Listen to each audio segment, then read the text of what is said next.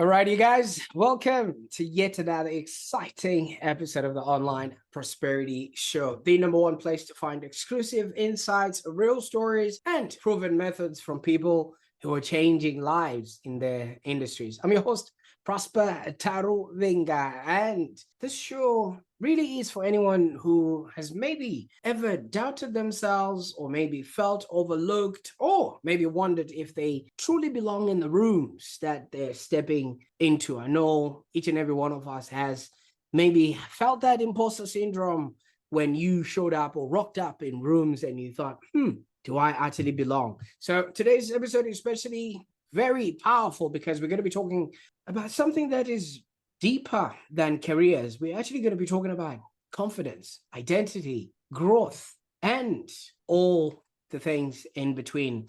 And I can't wait to get started. But before we do, if you enjoy any of the conversations that we bring to you on the Online Prosperity Show, especially the ones that challenge the way you see yourself and your potential, be sure to subscribe on whatever platform that you're watching or listening to this on, because we bring you the stories, the strategies you're not going to be hearing anywhere else.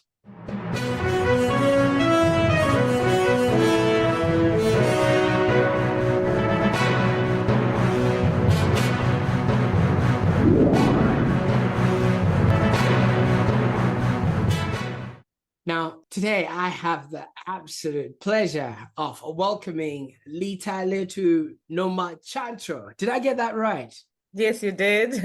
Absolutely. I was practicing. Is it? Yes, I was got it right. Confidence won't be taken away while I'm practicing your name. So I hope you're going to restore it back with everything else we're going to talk about today.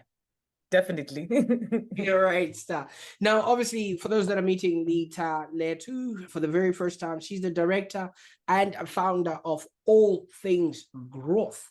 And she's a leader who doesn't just coach people on careers. She actually coaches confidence, hence the play around confidence a little bit earlier on. And she actually helps people recognize their value, speak it boldly, and also walk into rooms like they actually belong there. Now, Lita, before we actually get serious, I have to ask, do you ever maybe have moments where you meet someone and they say, oh, I'm not confident, I'm shy, but 5 minutes later, you realize they just told you their whole life story without hesitation?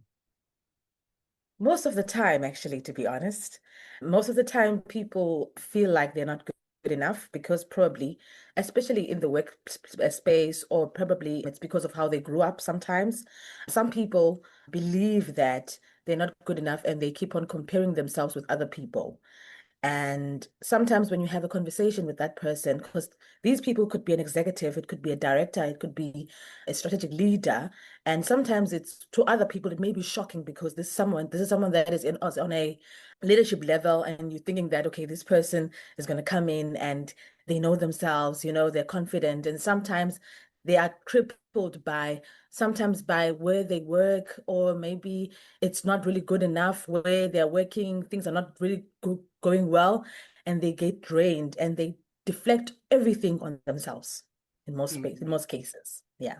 Absolutely. And that's a big burden to carry, especially when all you just want is to connect with the people. And let's say it's at a networking environment, or you only have like an hour to present your case to people and things of that nature. But obviously, this is something that, from what we will later on learn, is something that is taught. But you seem to have caught this, and now you're teaching others how to do this. Tell us about, your journey. How did you get started, and when did you think confidence was the way to go? To be honest with you, people ask me that when did I start believing in myself? I have a little story to tell all the time. My journey, I think when I was like 9, I used to do modeling a lot. And I started doing modeling at a very young age. And when you're doing modeling, you learn to be in front of people and you have to get away with those fears and things like that. And my mom used to cheer me up almost every time. So there's this one time where she was not going to go into the event and I had no one to cheer me up, but she told me one thing that I've never forgotten into my life. It was like a life lesson, I would say. It was just a small thing, but it really worked in rooms, in bigger rooms that I used to now walk in. And she said to me that when you walk into that room, I know that there's no one that's going to be cheering for you. There's no one that's going to be saying, hey, because these people don't know you. And she said to me that when you walk on that stage, if they are not cheering on you, you need to be more confident just because they are not even cheering for you. And you know what I did? When I walked into the room, I could see that no one was actually saying, like, cheering for me or anything like that. And I just remember what my mom said to me. And I walked on that room and I was full of confidence. And you know what happened? And I was competing with, it was a church thing. We were competing with kids from other provinces, all the provinces. And in my province, I was the only one who won number one. I took that within my life. Yes, I took that. I still remember I think I was wearing 73. I took that in my life that you don't need people to clap for you. Sometimes you're going to walk into rooms and people are not going to receive you. And this is something that a lot of professionals, a lot of people, it cripples us that even when you're good, sometimes people are not going to say, wow, you are amazing because they're threatened by your light. Sometimes they feel insecure. Sometimes they feel like you're going to take their role. Sometimes they feel like you're going to come in here and be better than us.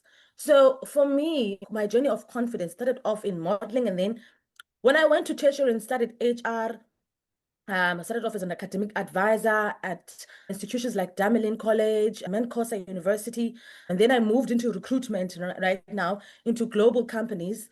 Already there, I was more, I would say, I was more prepped into the working space. And I don't want to lie to you, Prosper, it was not a very good journey. But because I had that background of modeling, I used to not lean on people clapping for me, and that worked for me. Wow. And I think having that sort of confidence as a kid, that can never be shaken away from you, because as kids, that's when we actually learn, how to Yes, stand up for ourselves. And yes. congratulations to mom who gave you that confidence. And now she's given you a platform to actually stand on. So obviously, this is quite a colorful and interesting background. You're talking about modeling and things like that. So was that in between school, or was that now just the career of choice as a 9-year-old? To be honest with you, it was not really a career of choice or anything like that. It was just something that I was really good at that time because I was young. And obviously I had health issues growing up.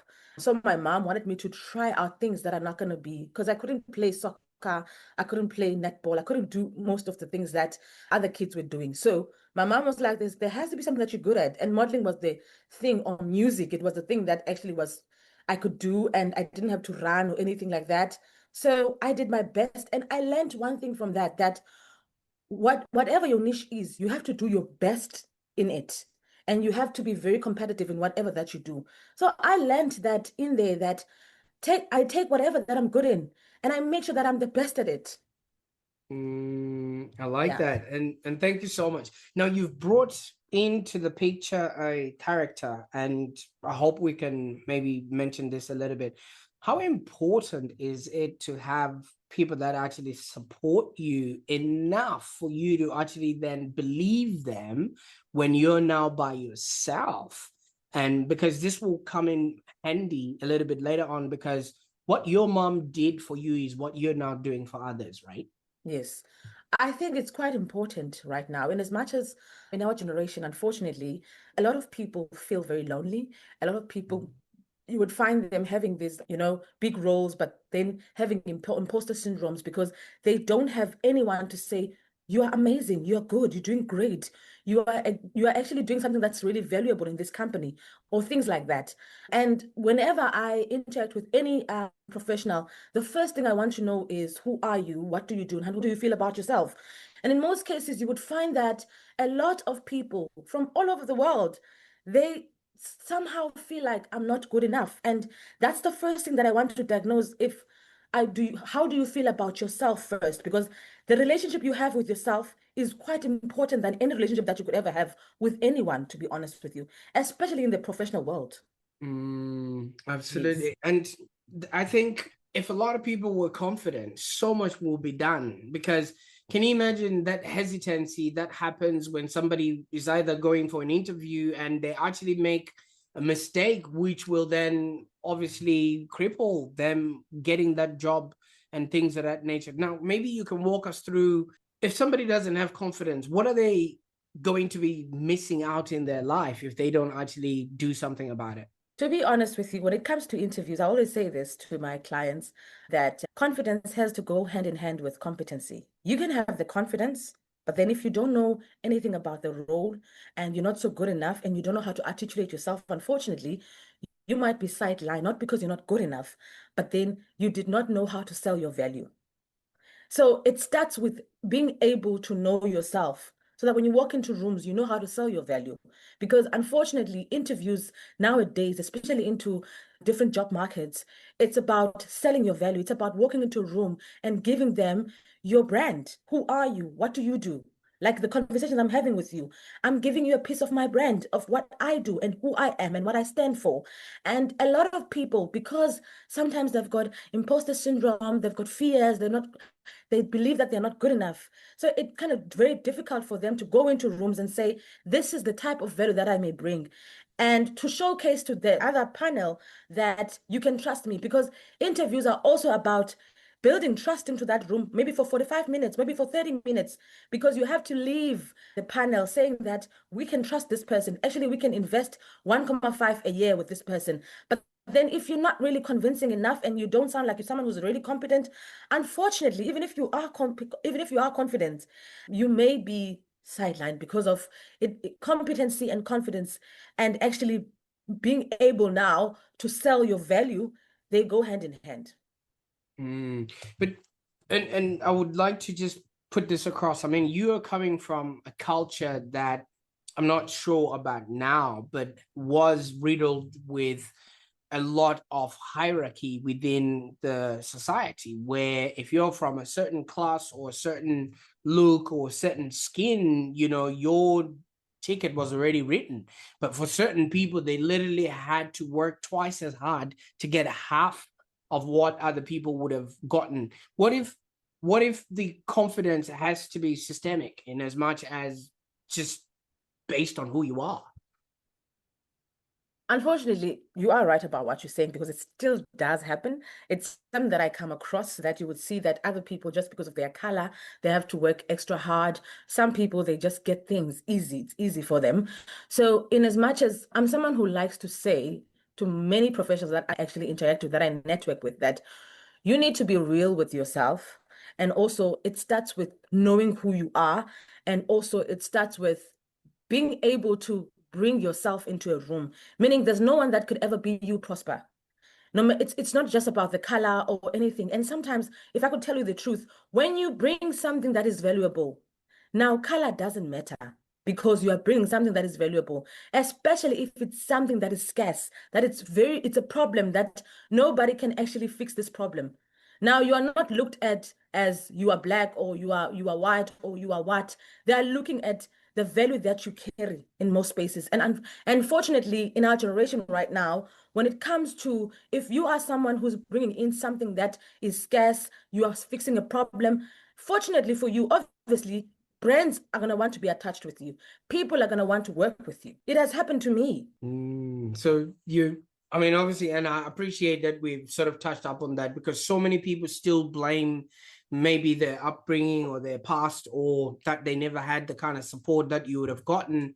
Or maybe, you know, they still have to work over some sort of generational debt, which I don't know who would have assigned that to them and things of that nature. So when you are obviously approaching people and you're working with them, don't they maybe think, wait a minute, I need to learn to be confident? Or they just think, it sounds nice, but is it something that could really change my life? What sort of responses do you normally get when you tell people what you do? You mean what I do or what they need to do? I mean, in as much as you start telling them, yep, you probably need confidence coaching, what's the sort of response that you get from people around the work that you do? To be honest with you, 80% of the people that I work with, they come to me feeling very down. So I knew that when I tapped into this space, that the people that come to me are miserable. Some are depressed, some are going through things, some are going through divorces, some are going through a lot of things, personal and things that are professional. So I must just understand that, okay, fine, this person is going through a divorce and they want a better job because now they have to pay extra things. It's things like that. So it's not even a matter of I need to coach you with confidence, but it's a matter of I will actually now take your hand and actually explain or help you to find what you're looking for. And also, it has to do with me being very empathetic to people. And it's easy for me because I love working with people and I love seeing people developing. So people already come to me saying, Lita, I don't know what to do. And I feel so down. I feel very not so confident. I've got imposter syndrome. I don't believe in myself. I don't think I'm going to make this because of my personal issues and also professional issues. Because maybe I used to work in a company where my manager did not even clap for me, where my manager did not even see me. So it's things like that. They come to me saying, Lita, please help me. I do not know how to see myself. Absolutely. So obviously the reason why I asked that question is so that whoever's watching right now, they might not realize I need this, right? But now that you've mentioned, you might have been sidelined at work, you might be sidelined for a promotion even, it could be things like that that is stopping you from getting ahead. So it sounds to me you end up becoming a mindset coach because most of these things have a lot to do with somebody's mindset in as much as the progress depends. It's both mindset and also professional, because in as much as a person could come to me saying that, Lita, I don't feel like I'm confident, Lita, I don't feel like I believe in myself, I have to work on that. And also we have to work on now the industry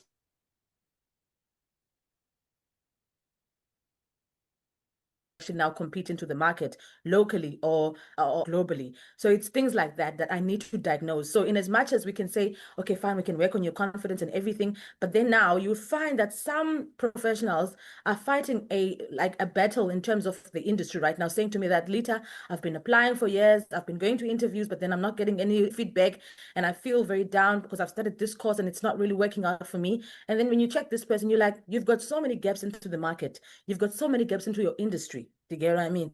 So it's things like that that we need to be realistic in. As much as I could hold your hand and be helping you, but then we need to understand, what is it that maybe you don't have that other people have?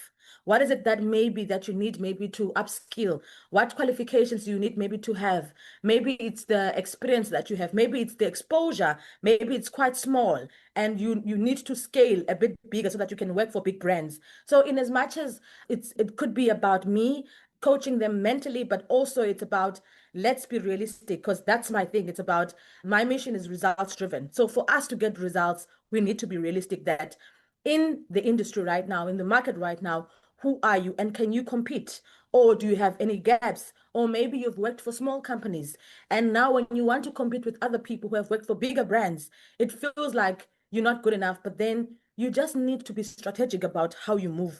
And for me, it's about positioning people to the right path. Sounds to me like you're literally giving people back to themselves, right? Because so many people are there, but they just don't know what their potential is. And Yes, you're just whispering yes, to them, like mom did to you all those years back, and said, even if nobody's clapping for you, that's when you should be uber confident yourself as well. yes. And not just only that, Prosper, but then we have to be very realistic. Hence, I'm saying that I'm emphasizing on this one because a lot of people that I network with, that are my clients, they know me, that I tell them the truth that we need to be realistic. For example, if you come to me and say to me that, Lita, I'm looking to go to Netherlands, I'm looking to go to the UK, I'm looking to go to the US. Now we need to find out first, do you have what it takes to go to the US? What are the requirements? What's the compliance there? Do you get what I mean? So it's not just you waking up in the morning and say, oh, okay, fine. I feel like I want to apply overseas. But then there's processing in place here. So those are some of the things that I really take on people too. And also, we need to find out first, okay, fine, why would a company from overseas want you in your professional? Is your industry in demand, maybe in the UK or in the US? So we have to be realistic about those things, because companies, even in the UK, in the US, saying that they are looking for nurses or doctors, it must be a niche that is really very much in demand. So you can't come in and say that, no, I am doing this specialty, but then I can see that this specialty is not really something that is highly in demand, maybe in the US. So those are some of the things that we need to be realistic about, that yes, you can want this, but then is it in demand in the market that you want to go to? Because when you want to go to a certain market in a certain country, it has to be something that is in demand and there's compliance in place. And we need to make sure that you are compliant even before we say that, oh, okay, fine, you can go. You have to find sponsorship to go to these countries. So it's not just about just confidence and then we end there. Absolutely. I mean, I think they call it drunken confidence, where somebody just thinks, just because I can, I'm gonna be doing it. It ends up being too cocky, and if you then don't get that result, it now Yes. comes across as rejection, and a lot of people don't want that, which then shoots your confidence. So I like how you actually, set the expectations that the people should actually have, so that they're approaching this in a realistic manner. That way, yes, you can shoot for the moon, but if you don't, at least you're falling amongst the stars, not deep Yes, down it the is. ocean. Yes, because Prosper, even if I'm dealing with a strategic leader here in SA, for example, and you're saying to me that, Lita, I work in renewable energy and I've been leading for the past 10 years, the first thing I'm going to ask you, okay, how big is the portfolio that you've been handling? And then how now you want to go to other companies that probably are competitors to your company that you're currently working for. Maybe your scale is small and you want to work for bigger brands and the scale is quite big there. And then when you get there, they overlook you. So it's those small things that a lot of people don't think like the employer. So what I try to bring to them is, we need to sit down and I want you to have the mindset of an employer. They're hiring.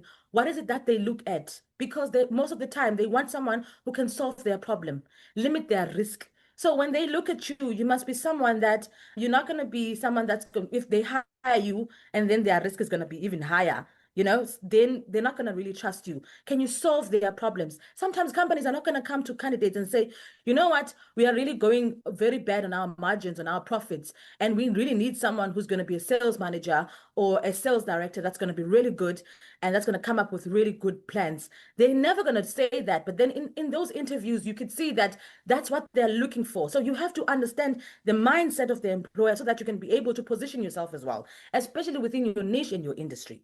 So sometimes confidence comes when you understand how things work, when you understand the process, when you understand your niche, when you understand your industry. Then you're going to be very comfortable when you know who you are and when you know that, okay, this is how I'm going to position myself. These are the things that I lack that I need to work on. These are the certificates or certifications or qualifications that I need to strengthen my skills and my capabilities so that I can move forward. Then Mm. you will be very confident. I like that, because so many people, what you're saying is information changes situations. All right. So if the more you Yes. know about where you're going to go into, for lack of a better example, if you know you're going to go to war and your enemy has certain types of weapons, you can't bring a knife, because No. you're You're fighting. not going to be competent. Yes, it's something like that. And a lot of people within their industries. For example, right now there was a thing about people that are in media industry, like people who are actors. They are saying that right now, oh no, companies now are no longer taking people who are qualified, actors and stuff like that, who went to drama school. They are taking influencers. As a career strategist, I understood why companies would do that. It's all about money. So if somebody has a following that is much higher than the person who went to drama school, unfortunately, the company will take the one which has a number of following, because that's money to the company. They want brands want to associate themselves with someone who has a following. In that industry, it's about viewers. So the more viewers they have, the more money they make. So it's not just about school right now. In right now, So those are some of the things that you need to understand, that your industry is kind of developing and it's growing. And Which line is it growing to? So if you are an actor, kind of get followers, go on TikTok, go on socials, you know, be followed by people, do something. You can't just say, no, I went to drama school and these companies are not really recognizing me, because you're going to be competing with people that don't really have a certificate or a degree when it comes to drama, but then they've got the right following and they can be teachable. Maybe they have the talent. And unfortunately, you're going to be out. And that's the reality. Absolutely. I don't know. I was just laughing at what you're saying, Dita. You know, some jobs you literally have to create them yourself. I don't know about you, but I'm working right now. You know, and if Yeah. I, yeah, yeah, if I would tell someone this is what I do, I just have fun with people on the internet. They'll be like, maybe I can do that. I've got a degree in English literature, or I've got a degree in something, something. But like you said, you also have to create that for yourself. And speaking of comparing yourself to what the market wants these days, you just gave that example of, you know, certified actors that might be stranded now because there's somebody who's got a camera in front of them and they have a following. How about artificial intelligence? That one there is not giving people a break. Even that one, to be honest with you, you learn the tools. I always say that right now, I'm not going to say unfortunately, it's a fortunate thing that industries are growing, which is good at some point. Yes, sometimes candidates may feel like it's going to take our jobs, especially like, for example, for people who are in the space of marketing right now, you would see that companies right now are using ads and they're using AI when they're making ads. But I'm like, why don't you learn how to use those tools? Because even if a company is saying that, okay, fine, we're going to bring you in as a brand strategist, you're going to be doing certain campaigns, but then now you are someone who's equipped with AI, it puts you in now into a very competitive level, because now you understand in the industry that, okay, fine, the industry right now is growing within this space of artificial intelligence. So learn the tools so that when you go to these interviews, when you apply, you're going to be more competitive than other candidates, maybe, you know? So it's things like that. So in as much as AI is doing some things, but then there are some things that can never be replaced by AI. For example, what I'm doing with you right now. Yeah, I keep wanting Impossible. to be to get back to that because I feel like so many people overcomplicate, you know, what it means to actually provide value. Because if you can show up in a space, be exactly who you are, because I think this is what companies are really looking for, engaging with real human beings, and you It's just so happen to have an expertise, then we can hear about it. I don't know how you feel and about And Prosper, it's also about the fact that if you go into a company or a certain brand and you work, let's say you are someone who is a brand strategist, or you are someone who is a media planner, or whatever your specialty is, you need to understand also, why do companies need a brand strategist? For number one, why would a company need someone like me? What is it that if I'm not there, could go wrong into a company? You know, so you need to understand the commercial aspect of things when it comes to employers. That why would they say that we need a media planner, we need a brand strategist, we need a director position for this role, we need a strategic leader, we need a data strategic leader, we need an IT desk? Why is it that they need that? And what could go wrong if I'm not there?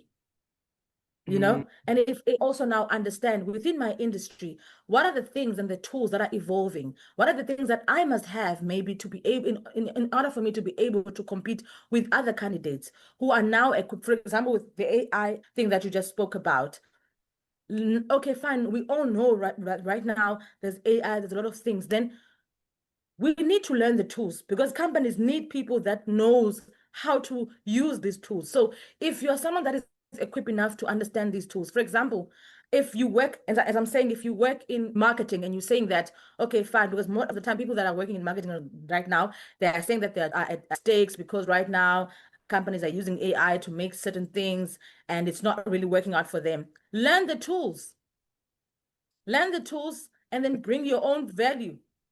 Absolutely. I like that. I think there was a statement, I can't attribute it well, but it says, ask not what the world needs right now. I mean, ask not what the world can give you, but ask what the world would need from you. And if you can actually articulate your value and how you can make a difference, people will always need your services. Now, from what you're saying, Lita, I was actually just looking, your name literally translates to our light, which basically is you're putting a spotlight onto people and having them understand their value, and that then brings the confidence that they need in order to show up in the spaces that they will get gainful employment. Now, maybe you can walk us through a particular case or person. You don't necessarily need to mention them, but I feel like your work is truly transforming people's lives. Was there a moment with a client that made you stop and think, wow, this is bigger than I actually thought, when you literally, changed their perception and you saw them walk away with so much confidence and they got what they wanted eventually? Yes, I had one client of mine, I think it was the 31st of December when she came to me. Actually, I've been working with her for like since September, and I give my clients a turnaround time for us to get interviews and things like that on my process when I'm consulting them. So she comes to me, and the first time when I met her, she was like, Lita, I'm going through a divorce. I've lost my house. I've lost everything. I'm starting over my life. And I need more money. I need, to buy myself maybe a small cottage to stay in with my son. And to me, most of the time, when I hear these stories, it's what makes me, it is what motivates me to even want to help more, because I know that this is not just me helping someone to get a job, but I'm helping someone to change their situation, which they're going through right now. So the person works in payroll. They told me what they do. They've got the skills and they've got the qualifications for so many years, for more than 20 years.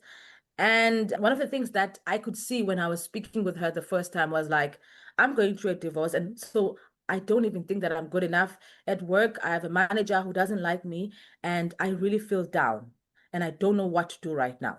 And you could see that this lady was very frustrated and she didn't really believe in herself, and she's been applying and things like that. So I took her to the process of actually now helping her with finding the right roles, helping her with prep interviews and things like that. But the moment where I really was very happy was on the 31st of December last year, when she called me and said she had this interview, and it's the 31st. But you know what clicked into my mind was, I'm not working today. I was supposed to be out with my family and having fun. But I was like, I know this woman really needs my help. And I was like, you know what? I'm going to help you, even though I know it's the 31st. I helped her out. I think on the 3rd, she got the offer. And then I was like, this is not good enough for you. We need to negotiate, because I do help people to negotiate their salaries. And because of imposter syndrome, now imposter syndrome kicked into her, and she was like, no, Lita, what if they take away this? I don't think I could negotiate. And I said, you can. I asked her, what are the things that they asked her on the interviews? And then I picked up that the company I was more excited about a system that she knew. Now, candidates don't really think about how employers think. And I would say I'm very good at that. I'm very good when it comes to recognition, especially with companies. So she wasn't really able to see that, oh, okay, this company, they wanted someone who knew a certain system in payroll. And when I checked the system that she knew, it would cost them millions to actually train people within their department, within the human capital department. Yes.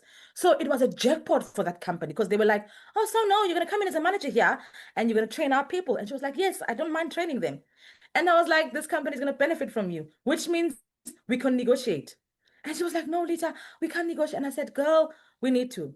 I said, you know what? Forward me the email. I'm going to craft an email for you. I crafted the email for her because she needed to move as well. I sent it back to the HR. And I knew the HR was like, okay, fine, I'm going to speak to the head of finance. And I was like, okay, no problem. Let's wait for them. And they were pushing her to sign the offer very fast. And I knew that, nah, they got a jackpot out of her. And she didn't believe in herself at that time. And I was like, girl, you've got this. Believe in yourself. Because you're going to go into that company. You are there to save you, and also to save their problem that they are having. And I identify that. And when the HR came now, she said, no, it's fine. The finance department has approved that I negotiated a money that was double than what she got. And she had to move. So they gave her double. And they also assisted her with moving her furniture to the place that she was going to go to the province that she was going to go to. So she didn't only just get a job, but then she got double than what she expected. And when I saw the look on her face and the way she was excited, and you know what she did? She referred all the people that she used to work with in her previous role to me. She was like, Lita is amazing and things like that. But I was so happy when she felt like, that really, like, I've got this, like, really, I've got this. And I was like, yes, you've got it. You are going there not just as an employee, but as someone who is going to help an entire department because of this system that you have, because they were going to spend millions, but because there's you, they're not going to spend that. Wow. And congratulations on such a good outcome, because I mean, Thank you. obviously, if anything, you should be claiming that second check that she's receiving now, because that's part of the work that you have done for. She claims the one she applied for, and the second one, which was the double, that will be your income for as long as she's employed within that business. But it's things like that where you literally borrow other people your confidence so they can see the light in themselves, and then they can be Yes. able to actually progress and move. So let's talk about all things growth, because this is definitely all about growth right now based on what you've just told me. So what sort of people do you want showing up, at your shop or your office? And what sort of problems do you want to be solving now that you know the value that you can give to people? It's mainly from graduates to strategic leaders. Anyone who's saying that, Lita, I'm new in the market, I've just graduated, and I need someone who can help me. I do help out graduates, and also I do partner with certain universities here in SA to do webinars on job readiness, and also colleges, strategic leaders, you're a manager, or anyone who's saying that I'm not so sure about how to position myself.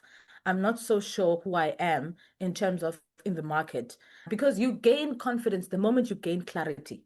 When you have clarity, you will have so much confidence in yourself.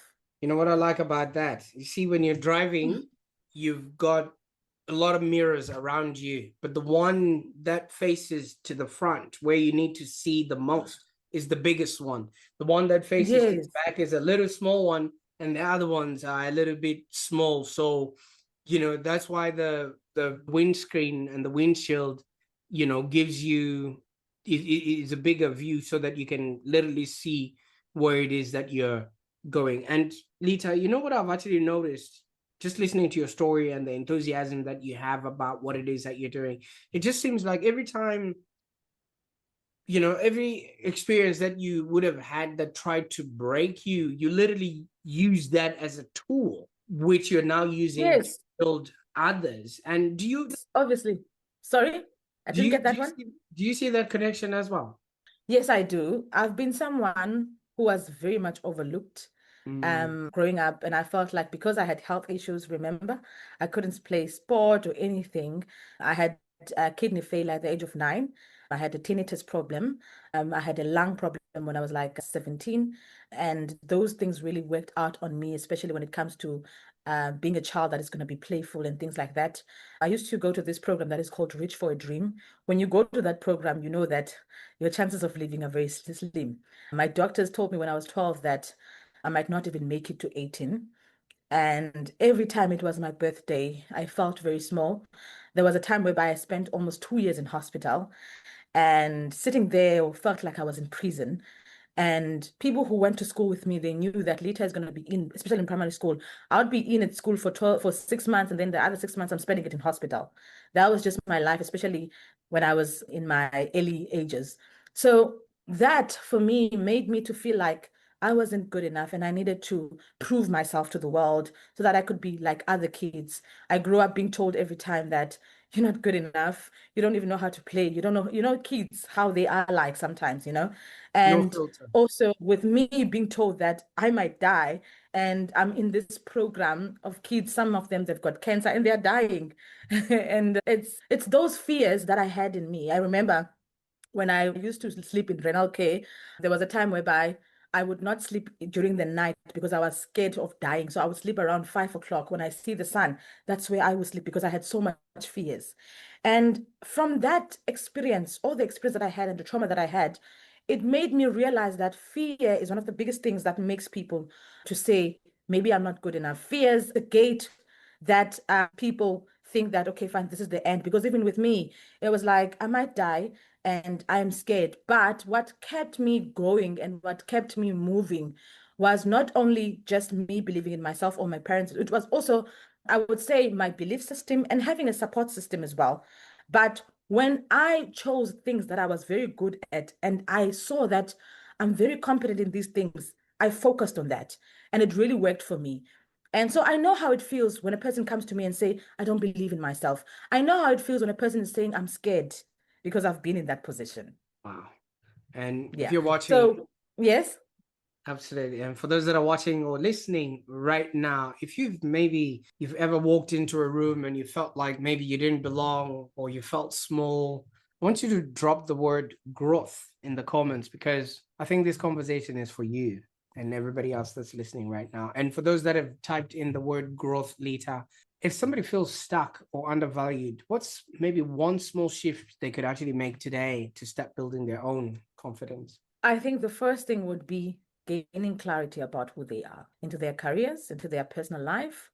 I think one of the most things that could help anyone, and that has helped even the professionals that I work with, it is gaining clarity. Because the first thing that I do with so many of my clients, I make them to understand who they are. So when you gain clarity about who you are, you start feeling better about yourself. And also not waiting on people to give you applause. Give yourself applause.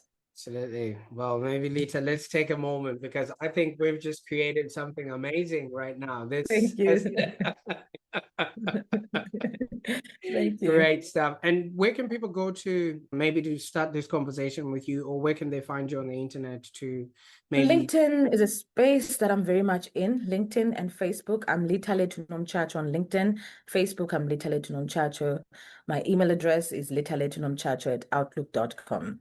Absolutely. Great stuff. And thank you so much for your time today. And Thank obviously, you. really shedding a light as to what it should be like when you're confident. But now that you've brought us into your world, what's next? You mean in my career and what I Yeah. do? What are you working on that we can now follow you on and be excited about, and just celebrate you and maybe cheer you on as you go? Is it?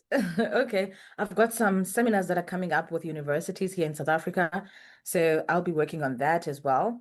And also collaborating with a lot of strategic leaders, executives. That's also my plan. And also, what's on the pipeline is that I might have a summit. I've got a lot of clients from all over the world. So I'm still planning on that one, on how I'm going to actually now drive it, because I also want them to actually be part of it. Absolutely. Absolutely. Yeah. Well, thank you so much. I mean, your life story and your experience have so much value for a lot of people. Thank Some you. people have never really had anything like you have experienced, but you obviously are the shining light that can tell them that if you've been through this, anybody can actually achieve that which they want and more. And yeah, this has been a very powerful conversation. Thank you so much. I can still feel the energy and the light that you were bringing to this Thank you so much, show. Prosper. Absolutely. Thank you. And for those that are watching, obviously, Lithalethu's journey really reminds us that growth isn't about climbing ladders. Everybody thinks, oh, I got to get there, I got to get there. But it's really about rebuilding belief step by step and being very clear on who you are and where you want to end up as. And beyond that, everything else is just what we impose on ourselves. And that's the reason why so many people suffer from imposter syndrome. So if today's episode resonated with you, I encourage you to share it with somebody who really needs to hear this message, somebody who's talented, but they don't quite see their own value moving forward. And while you're at it, why don't you subscribe to the Online Prosperity Show? Because in the next episode, I've just been told, we're going to be exploring ideas and perspectives that can help you create a happier, more fulfilled experience, both in business and in life. And I think Lithalethu is just somebody who wants to help people achieve that confidence. And I'm really hoping that you too have learned a thing or two from this. conversation right now. So I can't wait to see what you will do, and I can't wait to see you fully confident in the way that you progress. In the meantime, enjoy the rest of your day. Bye for now.